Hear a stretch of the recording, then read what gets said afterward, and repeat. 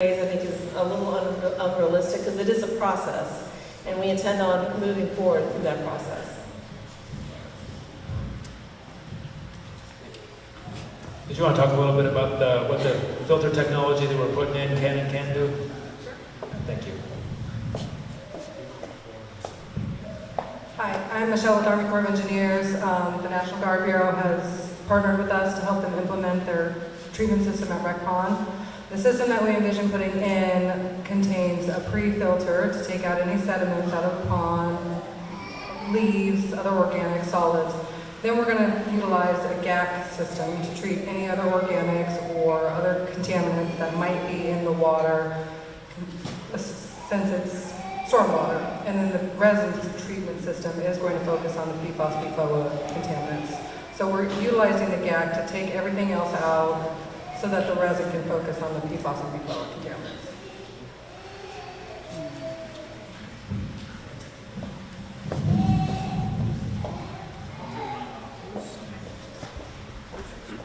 Thank you. So I'm not I may not be as polished as some of these professional speakers here, so I apologize. My name is John Clark. I'm an engineer. I moved here about 6 years ago. I have a 6-year-old and an 8-year-old.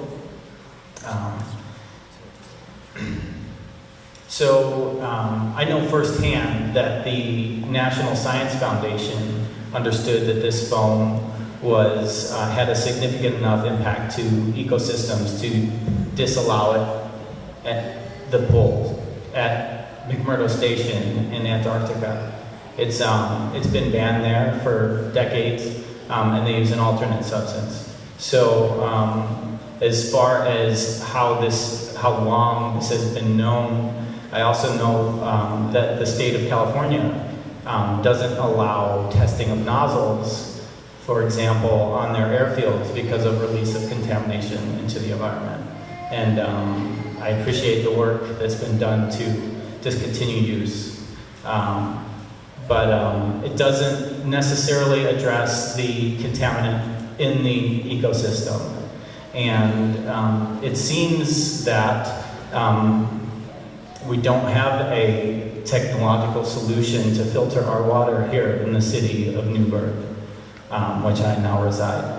I was reading through some of this literature and talking about, providing alternate sources of water.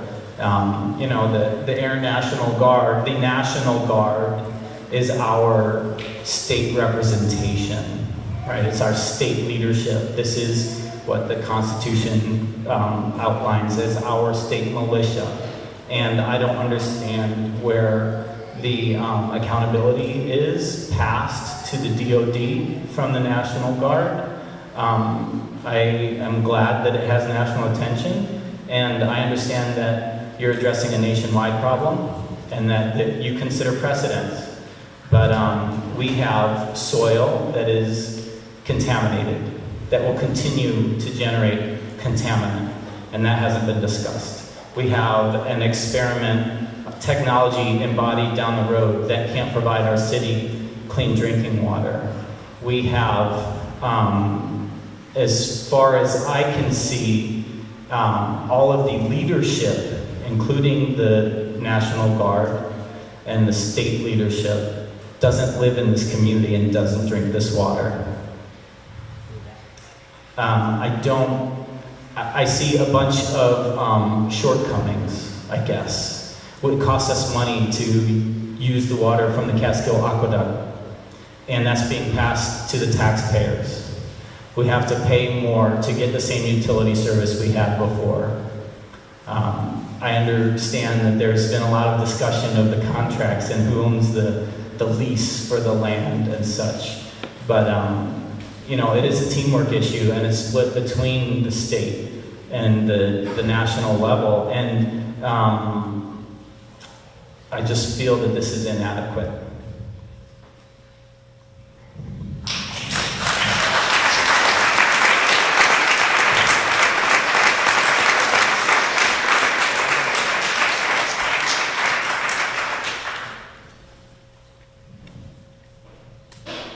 Questions?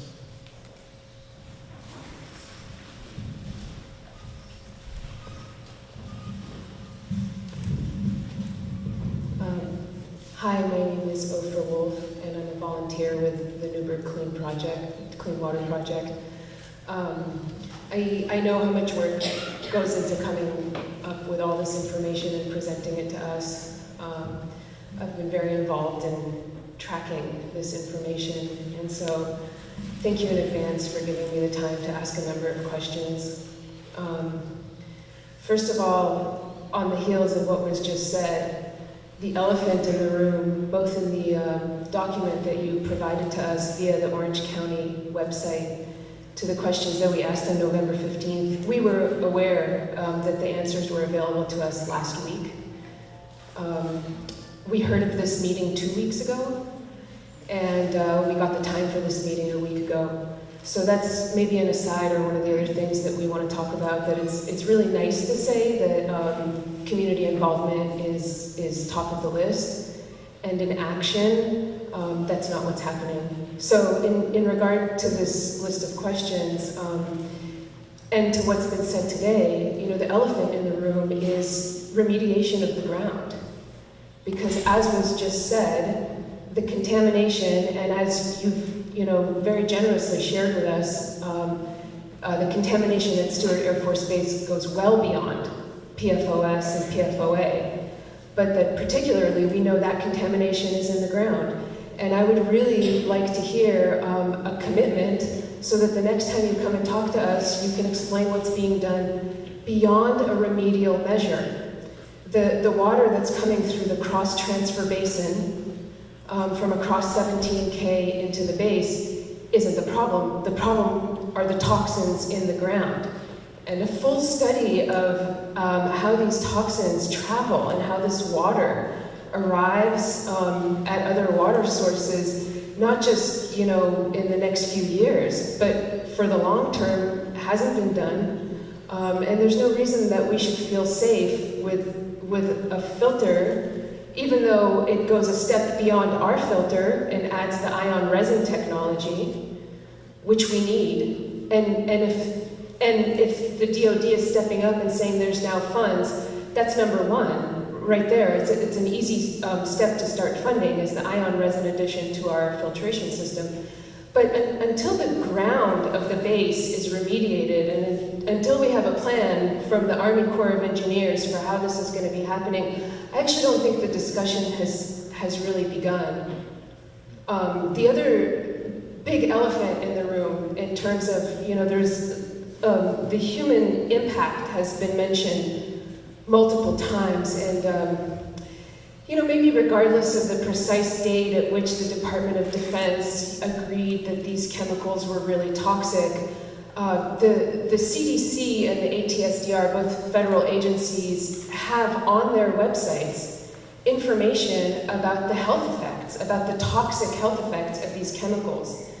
So if one federal agency is clear about the fact that these chemicals are toxic, and you, our federal representatives, are clear about the fact that it's your responsibility that these toxins are in our water, then why are we not hearing about a plan for medical monitoring? Because 1 + 1 = 2, and it's clear that the people of this community have been affected. The health of the people in this community has been affected, and top on the list from this department has to be what is being done to really care for the human interest in all of this. Those are two things that are really missing from the conversation right now. I've mentioned the thing about community engagement. It's not enough to send out a little press release 2 weeks in advance and name a time a week in advance. If we're told at a meeting that it's going to take 30 days to reply to our questions, but it takes almost 6 months, and it's really, unless you're someone like me and you're in the depths digging into this thing, you don't have time to read and respond to it, that's not a great way to involve the community. And we need to be assured by you, by the state, by everyone who's responsible for this pollution, that we will have access to clean water and that it will be paid for until full ground remediation of the base is complete, and we can trust that our water will be free of toxins, whether it's from an overflow from stormwater or through groundwater pollution. Thank you.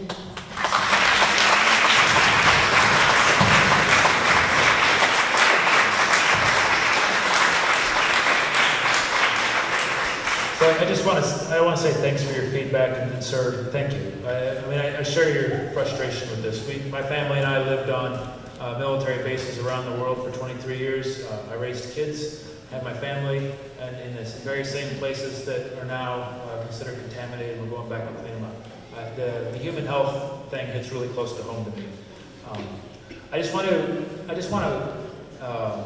reinforce what you're asking of us, which is holding us accountable, which is fair, and you should, and I appreciate that. And I want to reconcile that with some of the things Elaine said earlier.